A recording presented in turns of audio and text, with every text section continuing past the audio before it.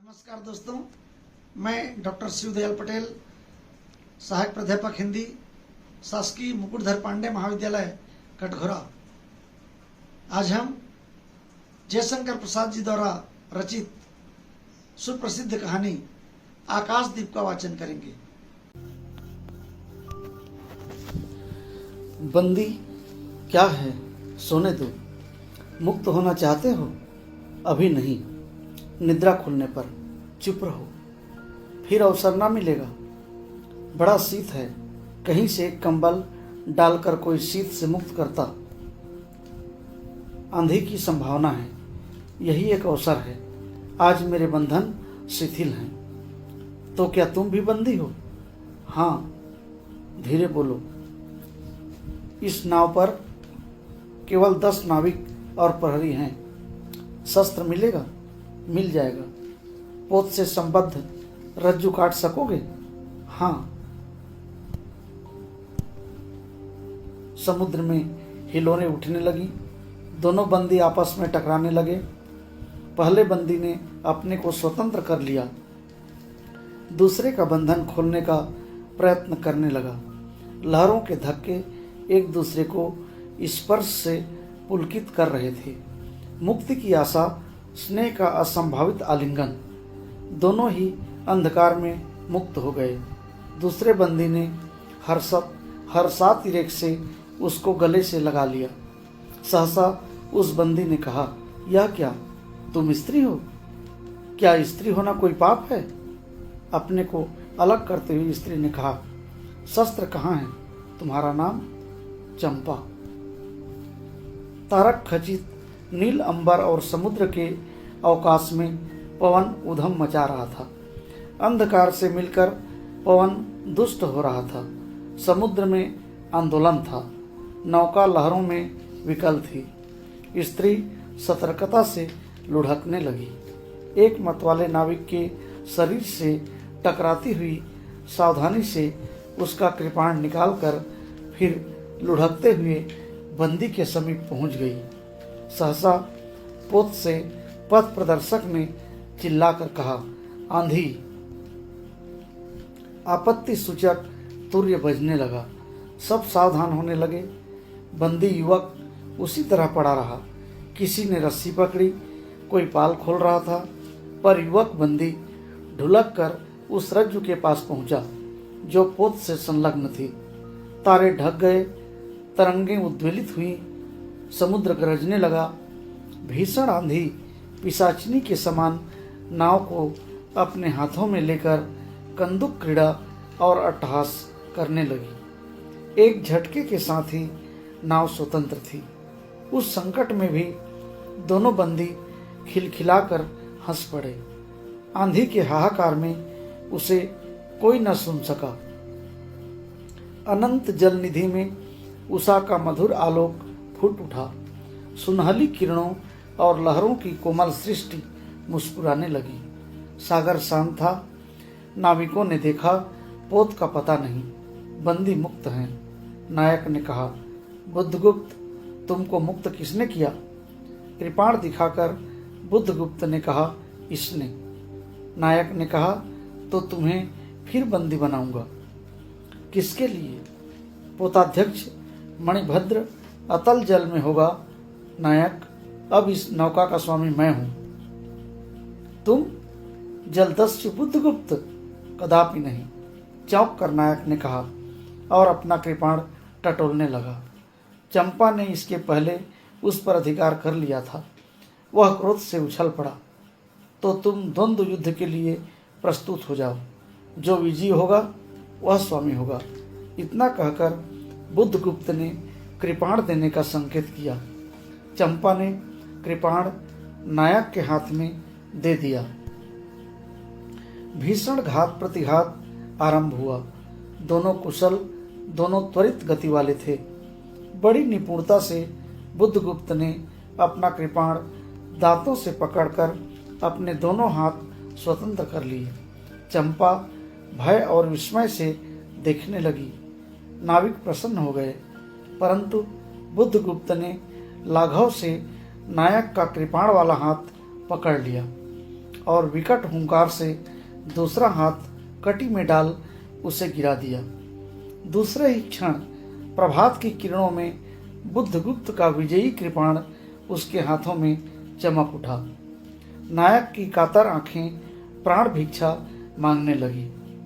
बुद्धगुप्त ने कहा, बोलो, अब स्वीकार है कि नहीं?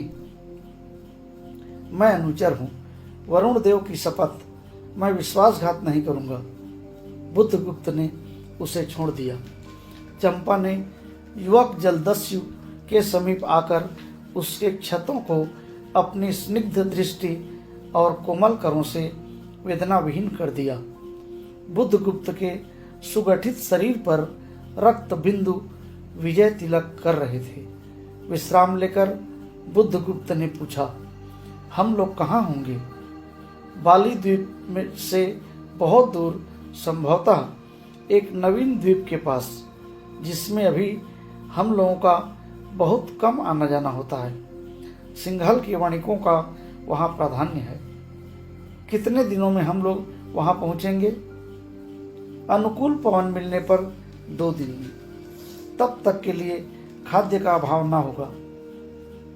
सहसा नायक ने नाविकों को डांड लगाने की आज्ञा दी और स्वयं पतवार पकड़कर बैठ गया। बुद्धगुप्त के पूछने पर उसने कहा, यहाँ एक जलमग्न शैलखंड है, सावधान न रहने से नाव टकराने का भय है। तुम्हें इन लोगों ने बंदी क्यों बनाया? वाणिक मणिभद्र की पाप वासना ने। तुम्हारा घर कहाँ है? जाह्नवी के तट पर चंपा नगरी की एक क्षत्रिय बालिका हूँ।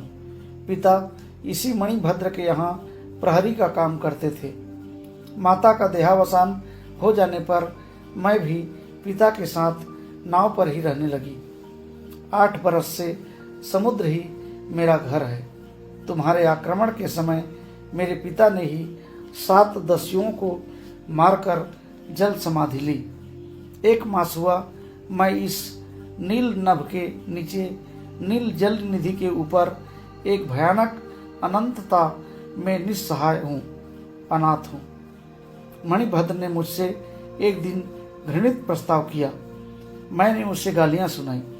उसी दिन से बंदी बना दी गई। चंपा रोष से जल रही थी। मैं भी ताम्रलिपि का एक क्षत्रिय हूँ चंपा, परंतु दुर्भाग्य से जलदस्यु बनकर जीवन बिताता हूँ। अब तुम क्या करोगी?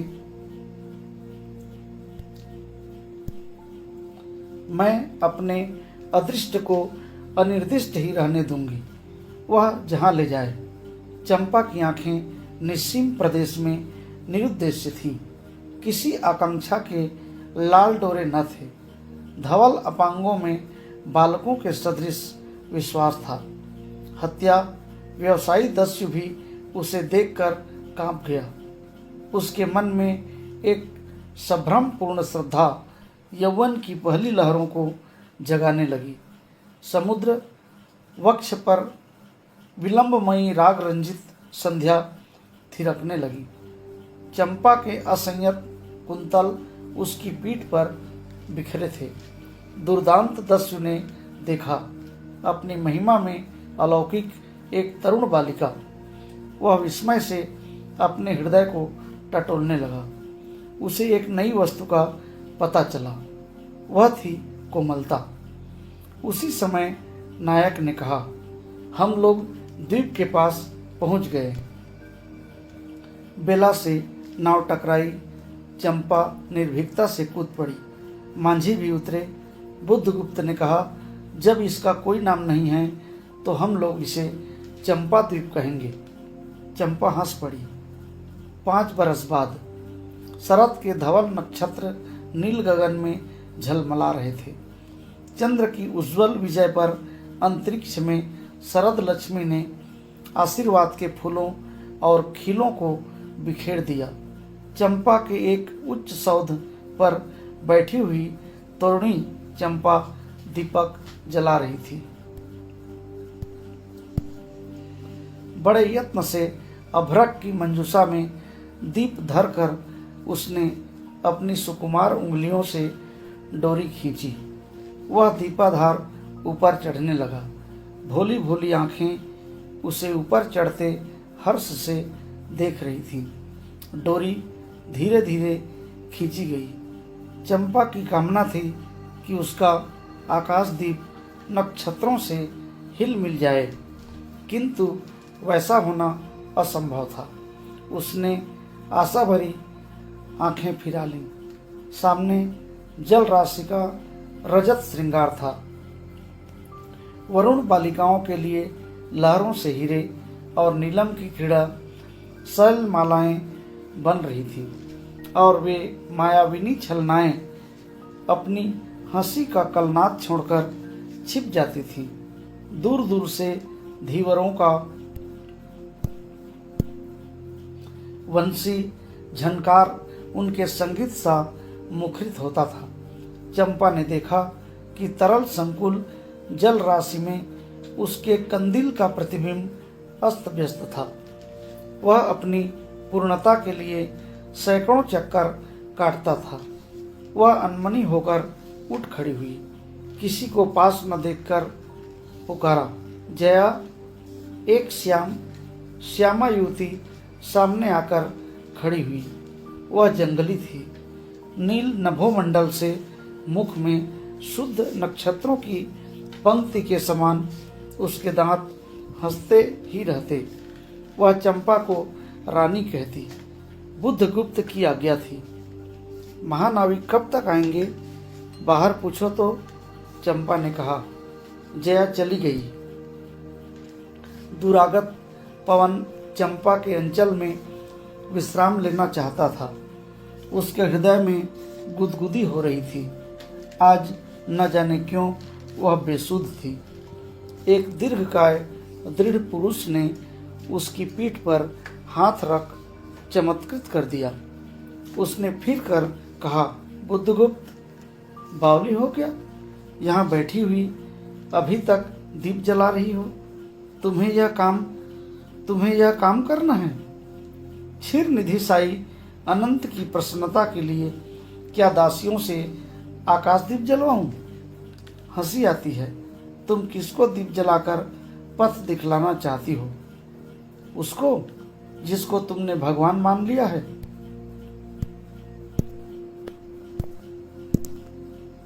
हाँ, वह भी कभी भटकते हैं, भूलते हैं, नहीं तो बुद्धगुप्त को इतना ऐश्वर्य क्यों देते? तो बुरा क्या हुआ? इस द्वीप की अधीश्वरी चंपा रानी, मुझे इस बंदीगिरी से मुक्त करो। अब तो बाली, जावा और सुमात्रा का वाणिज्य केवल तुम्हारे ही अधिकार में है महानाविक। परंतु मुझे उन दिनों की स्मृति सुहावनी लगती है जब तुम्हारे पास एक ही नाव थी और चंपा के उपकूल में पुण्य लाद कर हम लोग सुखी जीवन बिताते थे। इस जल में अगणित बार हम लोगों की तरी आलोकमय प्रभात में तारिकाओं की मधुर ज्योति में थिरकती थी।